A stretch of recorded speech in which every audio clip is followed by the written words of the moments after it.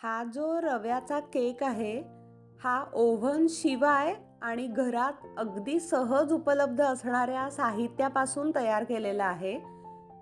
केकसाठी लागणारं सगळं साहित्य एकत्र करून ठेवायचं आणि एका बाजूला तव्यावर मीठ ओतून ठेवायचं आणि हा तवा मोठ्या गॅसवर साधारण 15 मिनिटं ठेवायचा.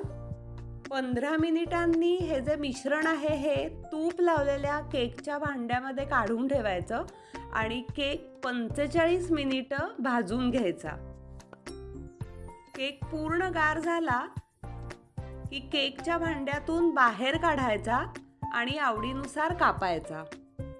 हा केक करताना नेहमी म्हशीचं फुल क्रीम दूध वापरायचं आणि दही सुद्धा घट्ट वापरायचं, कारण का आपण ह्या केकमध्ये तूप घातलेलं नाहीये. आवडीनुसार 1 चमचा तूप घालू शकता.